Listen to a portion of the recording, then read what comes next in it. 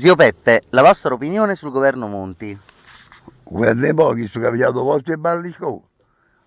Chi si resta su di spighetta se mi si chiatto, guardate. Chi sta fatto tale qua, secondo me sempre, voi non vi ricordate che siete guaglione. Tanti anni fa, gli danno ancora per carcerati. Pure all'Italia facevano schifo, si rubavano tutte cose, non ci bussavano la fame, campavano con le per ferrati che campavano qui, da Coccia Croce le mi ha rubato per dentro la chiesa, andando a illuminare i santi, ci chiamano a pigliare luce. A ogni modo, sempre dicendo, e tanto me ne è uno che si chiamava, poi non lo so se lo Mussolini.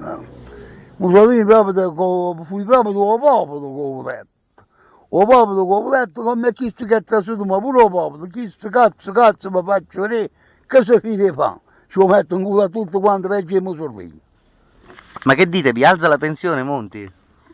La pensione è difficile, perché stanno troppa gente che pigliano le pensioni.